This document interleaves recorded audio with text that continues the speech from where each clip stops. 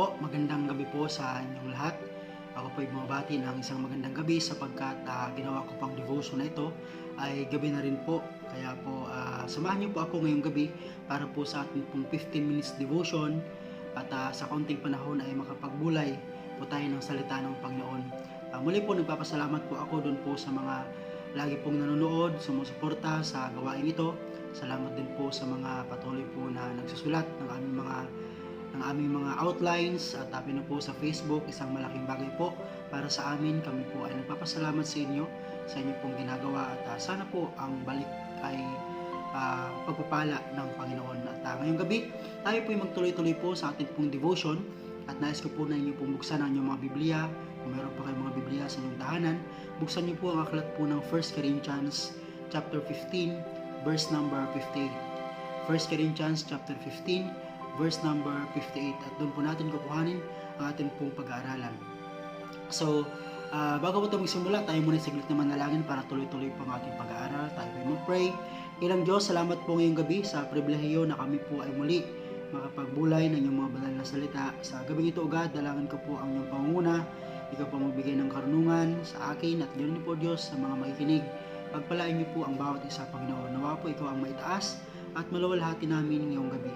At salamat pong muli sa oras na ito. Purihin ka, O God. Ito ba aking dalangin, Ama, sa pangalan po ng aming Panginoong Jesus. Amen at Amen. 1 Corinthians 15, verse number 58. Akin pong babasahin, sundan po sa inyong mga Biblia, ang talata. Ito pang sabi, Therefore, my beloved brethren, be steadfast, unmovable, always abounding in the work of the Lord, for as much as you know that your labor is not in vain in the Lord. So isang pamilyar na talata, maaari pong ito po ay sa ulo na po ng marami. So atin pong pagbulay-bulayan ang sinasabi po ng banal na kasulatan. Akin pong babasahin sa wikang Tagalog, ito po ang sabi, Kaya nga mga kapatid kong minamahal, kayo'y magsitatag, huwag makilos, na laging sumagana sa gawa ng Panginoon, yamang nalalaman ninyo na hindi walang kabuluhan ang inyong gawa sa Panginoon. So, sa oras na ito, nais ko pong talakayin ang topic na akin pong pinamagatan, it is not in vain. It is not in vain. Hindi po walang kabuluhan. So, marahil ba kayo napapagod na maglingkod sa Panginoon or napapagod kang gumawa sa mga gawain na ipinag-uutos sa'yo or sa mga gawain na kung saan ay dapat mong ginagawa bilang isang Kristiyano. Marahil dumating na rin sa punto na ikaw po ay nagsawa na or marahil po ikaw po ay napapagod na sa kakagawa ng mga bagay na ito.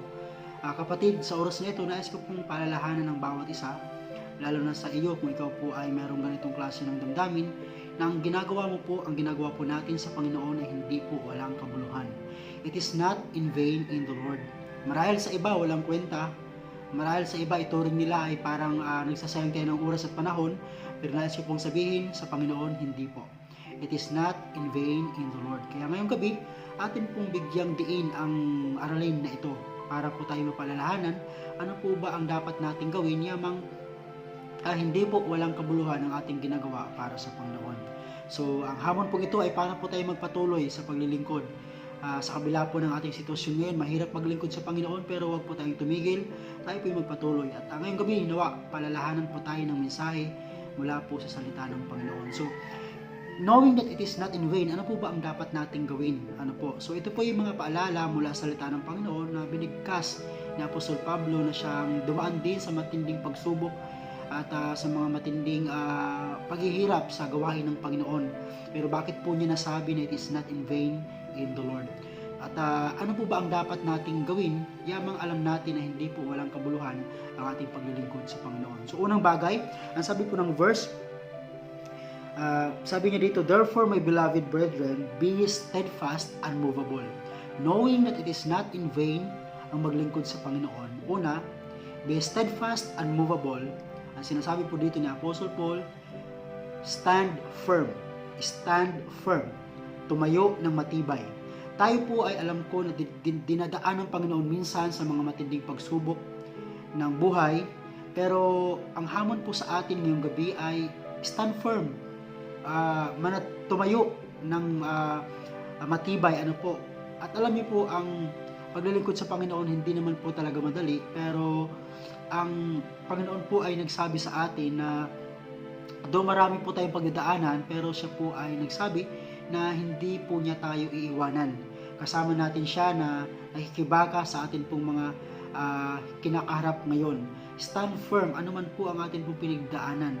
Meron po isang verse sa Bible, dun po sa Ephesians chapter 6 verse 10, na sinasabi po ay, finally, my brethren, be strong in the Lord and in the power of His might. Be strong in the Lord and in the power of His might. So paano po ba tayo maging matibay sa panahong katulad po nito? Ang sabi po ng Biblia, be strong in the Lord.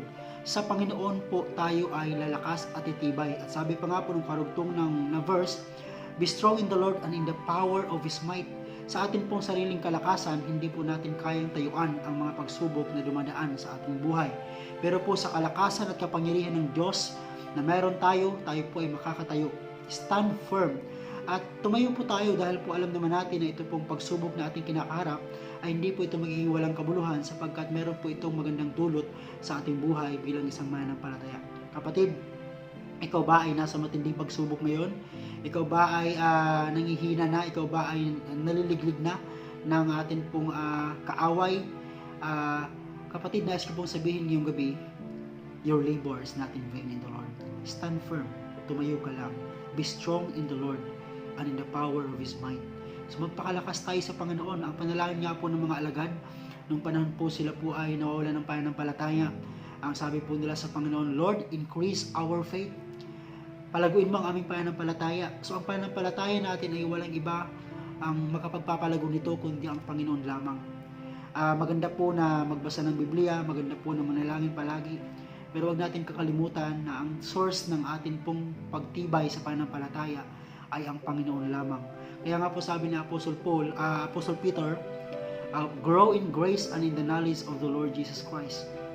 Ang pagkakilala sa Panginoon sa panahon ng katulad nito ay magpapatibay sa ating pananampalataya. Be steadfast, unmovable. So mga kapatid, sa oras na ito ay huwag kang mawala ng pag-asa. Tumayo ka lang, yamang alam natin ng ating paglilingkod na ginagawa sa Panginoon na hindi walang kabuluhan. Meron pong isang verse sa Bible sa Psalms chapter 16 verse 8, napaganda ng sinabi ng psalmist. Sabi niya, I have set the Lord always before me. Because He is at my right hand, I shall not be moved.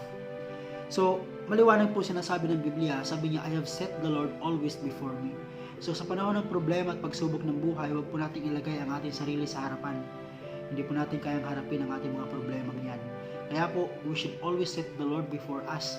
Laging ilagay ang Panginoon sa unahan. At alam ko po, pag siya'y nasa unahan, wala po dapat ay kabahala, kaya po natin lampasan yan. Magpatuloy po. At tayo po'y patuloy na lumakas sa Panginoon. At wala pong dapat ibang source ng ating kalakasan, kundi ang Panginoon lamang. Siya lamang ang pwede magpalakas sa atin. Nandiyan ang kanyang mga salita. Pwede natin siyang kausapin sa lahat ng panahon. Stand firm at magpakalakas tayo sa Panginoon. Be strong in the Lord. So pangalawa po, hindi lamang po be strong or stand firm. Ang pangalawa nating bagay na dapat gawin, knowing that it is not in vain ang maglingkod sa Panginoon. Pangalawa po, sabi niya, be steadfast, unmovable, always abounding in the work of the Lord. Always abounding in the work of the Lord. So hindi lang po stand firm, stay faithful. Stay faithful, manatili pong tapat sa Panginoon. Sa panahong ito, marami po ang hindi magtatapat sa Panginoon. Marami po ang hindi magpapatuloy dahil po siguro hindi na po nila nakayanan. Pero ang hamon sa atin ngayong gabi po ay ang magpatuloy. Stay faithful sa Panginoon. Anuman po yung mga temptation at tukso na darating sa ating buhay, kapatid, minamahal, kaibigan, stay faithful sa Panginoon. At ang Diyos po, siya po'y mananatiling tapat sa atin magpakailanpaman. According po sa Bible, sa Deuteronomy, meron pong verse doon na ang Diyos ay tapat. He is faithful. Kaya po naman, tayo po ay dapat magtapat din po sa Panginoon bilang sukli ng kanyang katapatan po sa atin. At meron pong isang parable sa Bible about the parable of the talents, ng Diyos ay meron binigyan ng mga servants ng kanyang mga pag-aari. Meron pong 5, meron pong meron pong 1, meron pong may 10, ano po. So sila po ay pinagbili na ng Diyos na gumawa habang ang Diyos po ay hindi pa bumabalik, o habang ang kanilang Panginoon ay hindi pa bumabalik. So itong parable na ito ay parang katulad din po natin at habang hinihintay natin ang Panginoon sa kanyang pagbabalik, kapatid, ay meron po siyang ibinigay sa atin na mga tungkulin bilang isang mga mananampalataya bilang anak niya. At yun po ay ang maglingkod, ipagamit ang buhay para po sa kanyang kaluwalhatian. Sabi nga po ni Apostle Paul, 1 Corinthians 10:31, whatsoever therefore you do it all for the glory of God. So ano man po ang ginagawa natin, ay manatili po tayong tapat sa Panginoon kahit po sa maliit na bagay. Kaya po sabi dun sa Matthew 25 verse 21, sabi ng Panginoon sa kanyang alipin na nagtapat, doon sa binigyan ng 5 at 10, well done, thou good and faithful servant. So sabi ng Diyos, ay mabuti ang iyong ginawa, tapat at mabuting alipin. So ang Panginoon po ay meron pong reward doon sa mga nagtatapat po sa Kanya. Kaya po sa panahon katulad nito ay magtapat po tayo sa Panginoon. Huwag po tayong manawa, huwag po tayong tumigil sa paglilingkod sa Kanya sa alam nating kaparaan ng maluluwalhati natin siya.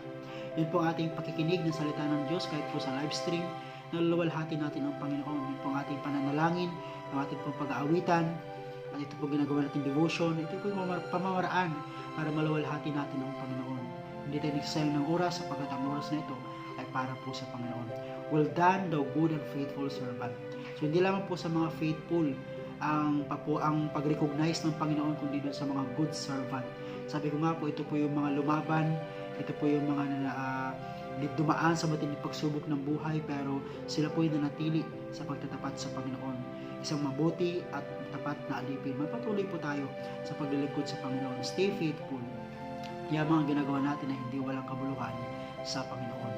So kapatid, magtapat po tayo sa Panginoon. Seek ye first the kingdom of God and His righteousness, and all of these things shall be added unto you. Magtapat tayo na hanapin ang kanyang kaharian. Ibig sabihin po niya na kanyang pangunguna sa atin bilang nasa kingdom po niya. Let us seek His rulership, ang kanyang paghahari sa buhay natin. Hayaan natin na maghari ang Panginoon. His righteousness, ang kanyang kalooban ang mangyari sa atin, hindi ang ating mga kagustuhan. Stay faithful, focus tayo sa Panginoon sa panahon katulad nito.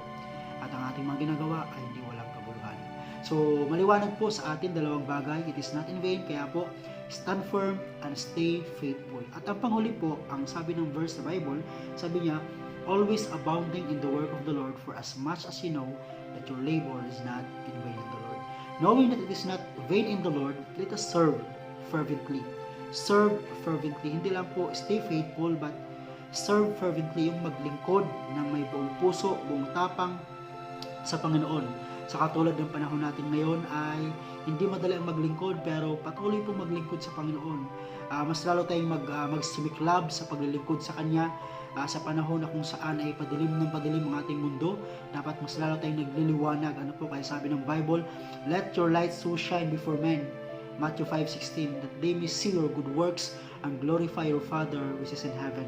So pag nakita po ng mga hindi mananampalataya na tayo nagpapatuloy sa paglilingkod sa Panginoon, mainit pa rin, nananalangin, nagbabasa ng Biblia, at nagpupuri, ay nako, ang sabi ng Biblia ay mag-glorify natin ang Panginoon.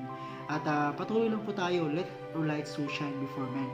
At meron pong isang verse sa Bible sa Romans chapter 12, verse number 11, sabi doon, serving the Lord with a fervent spirit, na kahit po nasa bahay ka lang, patuloy ka pa rin naglilingkod sa Panginoon. Yung espiritu mo ay nandoon nakafocus, na parang nasa fellowship ka pa rin, yung espiritu mo ay mainit pa rin sa Panginoon.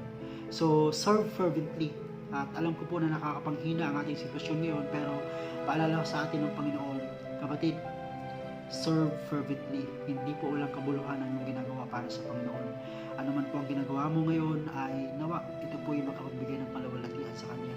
So muli po, it is not in vain in the Lord. Ang paglilingkod natin ay hindi walang kabuluhan. Alam niyo po kung bakit? Bakit po? Because it is the work of the Lord. Hindi po ito gawain ni Pastor M, gawain ng sinong tao. It is the work of the Lord. Bakit pa po? Hindi dapat tayo tumigil sa paglilingkod. It is the will of the Lord. For as much as you know, alam natin na ito po ay kalooban ng Panginoon. Then, pangatlo po, hindi lang po yun, it is because also, it is worth for the Lord. Mahalaga, may kabuluhan ang ginagawa natin para sa Panginoon. So magpatuloy, let us serve fervently because it is the work of the Lord, it is the will of the Lord, and it is worth for the Lord. Ito po ay may kabuluhan sa Panginoon. Kapatid, minamahal, our labor is not in vain in the Lord. Stand firm, stay faithful, serve fervently. Maraming salamat po at God bless po sa bawat isa.